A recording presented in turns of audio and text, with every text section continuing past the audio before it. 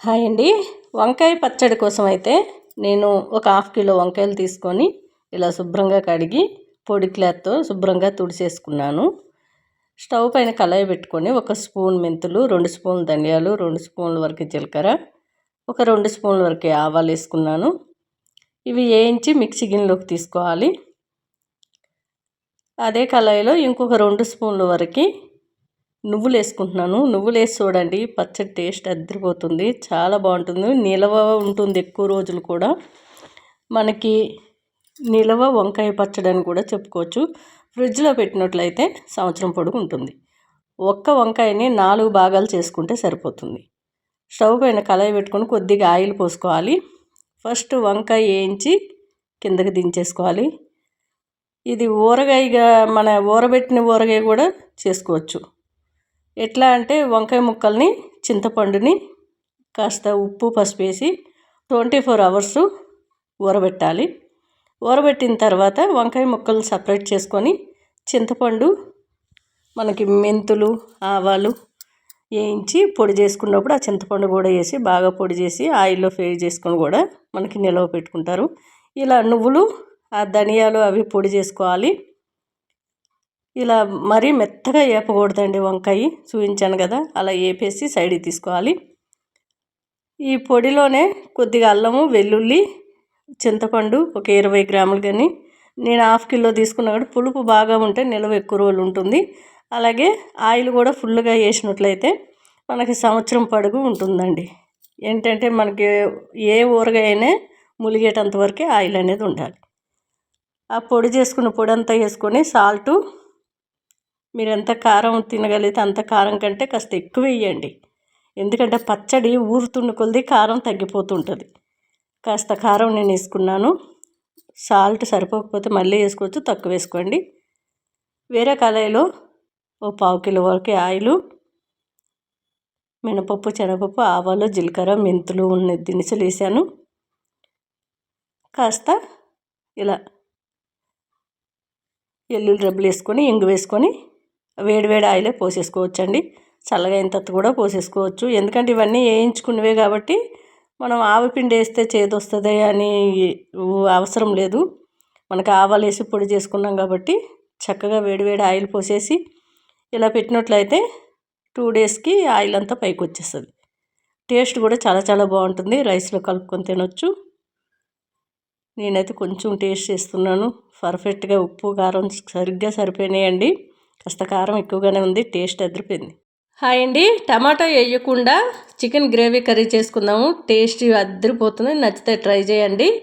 ఒక 5-6 గంటల ముందే చికెన్ శుభ్రంగా కడిగి ఉప్పు, కారం, పసుపు, కొద్దిగా ఆయిల్ వేసి బాగా కలిపి ఫ్రిడ్జ్లో పెట్టుకోవాలి. ఒక 5 గంటల ముందే తెచ్చి స్టవ్ పైన బాండీ పెట్టుకొని కొద్దిగా ఆయిల్ వేసుకొని ఉల్లిపాయ ముక్కలు బాగా వేగిన తర్వాత ఈ చికెన్ అంతా వేసేసి బాగా కలుపుతూ మధ్య మధ్యలో ఉడికించుకోవాలి. మిక్సీ జార్లో కొద్దిగా కాజు, అల్లం, వెల్లుల్లి, దాల్చిన చెక్క, లవంగా, ఒక స్టారు, ధనియాలు, జీలకర్ర, ఆవాలు, ఎండు కొబ్బరి, అంతేనండి. ఒక రౌండు మిక్సీ జార్లో తిరిగిన తర్వాత ఒక 3-4 స్పూన్ల వరకు పెరిగేసి మెత్తగా పేస్ట్ చేసి పెట్టుకోండి. టేస్ట్ అదిరిపోతుంది. రాగి జావ అయితే మనకి ఏది ఉన్నా సరే ఇంట్లో రాగి జావ లేదని నడవదండి. దాంట్లో పెరుగు కానీ పాలు కానీ పోసుకొని తాగితే అదిరిపోతుంది. ఎముకలు కూడా గట్టి పడతాయి, నీరసం రాకుండా ఉంటుంది. ఈ చికెన్లో ఉన్న వాటర్ అంతా ఇంకిపోయే వరకు చికెన్ బాగా వేపుకుంటూ ఇప్పుడు ఆ రుబ్బుకున్న పేస్ట్ అంతా వేసేసుకొని ఒక గ్లాస్ వరకు వాటర్ అయితే పోసుకొని చక్కగా మధ్య మధ్యలో కలుపుతూ ఉడికించుకోవాలండి. మూత పెట్టి మధ్య మధ్యలో కలుపుతున్నట్లయితే అడుగంటకుండా చక్కగా ఉడుకుతుంది. స్టవ్ మీడియంలో పెట్టుకోండి, త్వరగా ఉడుకుతుంది. పీస్ మెత్తగా చాలా సాఫ్ట్గా ఉంటుంది. ముందే ఉప్పు కారం పెట్టినట్లయితే మనకి పీసుకి పట్టి చక్కగా టేస్ట్ అదిరిపోతుంది. ఇలా ఎవరికైనా నచ్చితే ట్రై చేయండి. రోటీ అయినా రైస్ అయినా అదిరిపోతుంది. నేనైతే కొర్రలు చేశాను. చాలామంది కొర్రలు ఎలా వండుకోవాలని తెలియదు కాబట్టి కుక్కర్లో అయితే ఒక గ్లాస్ కొర్రలకి గ్లాసు వాటర్ పోయండి. చక్కగా పొడి పొడిగా వస్తుంది కర్రీస్లో కలుపుకోవడానికి. లేదు మెత్తగా కావాలంటే గ్లాసున్నర పోయండి. సాంబార్కి కానీ మనకి టమాటా చారుకి కానీ బాగుంటుంది కొర్రలు. పెరుగు కానీ అలా కర్రీస్కి అయితే కొంచెం పొడిగా రావాలి కాబట్టి. ఇది వంకాయ పచ్చడి అండి. ఎవరికైనా నచ్చితే ఒకసారి ట్రై చేయండి. ఆయిల్ అంతా పైకి వచ్చి చాలా టేస్ట్గా కమ్మటి సువాసన అయితే ఉంది. నిన్ననే చేశాను నిలవ వంకాయ పచ్చడి. పెరుగు తీసుకొని బాగా చిలుక్కొని ఇలా రాగి జావ చల్లగా అయిన తర్వాత దాంట్లో పోసేసి బాగా కలుపుతూ పిల్లలకి వాటర్ బాటిల్లో కట్టినట్లయితే లంచ్ టైంలో కానీ ఈవినింగ్ టైంలో కానీ తాగుతూ ఉంటారు. ఆఫీస్కి వెళ్ళే వరకు కానీ స్కూల్ పిల్లలకు కానీ కట్టి చూడండి, బలంగా తయారవుతారు పిల్లలు, నీరసం రాకుండా ఉంటారు.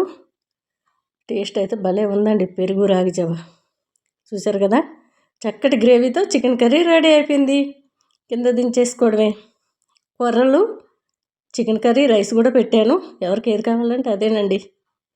టేస్ట్ అయితే కొర్రలతో భలే ఉంది చికెన్ కర్రీ. చూడండి, అడుగు అంటకుండా కొర్రలు ఉడికించుకోవడం అయితే ఒకటే ఎజరాంగానే దించేయాలండి.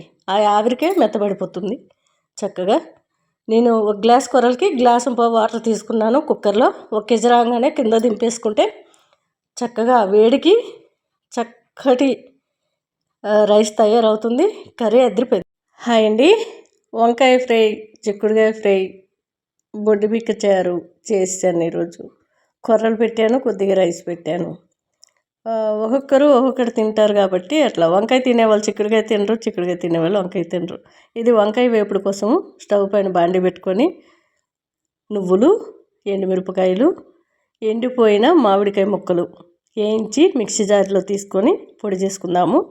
అదే కళాయిలో కొద్దిగా ఆయిల్ వేసుకొని శనగపప్పు, మినపప్పు, ఆవాలు, జీలకర్ర, కొద్దిగా పసుపు వేసుకున్నాను.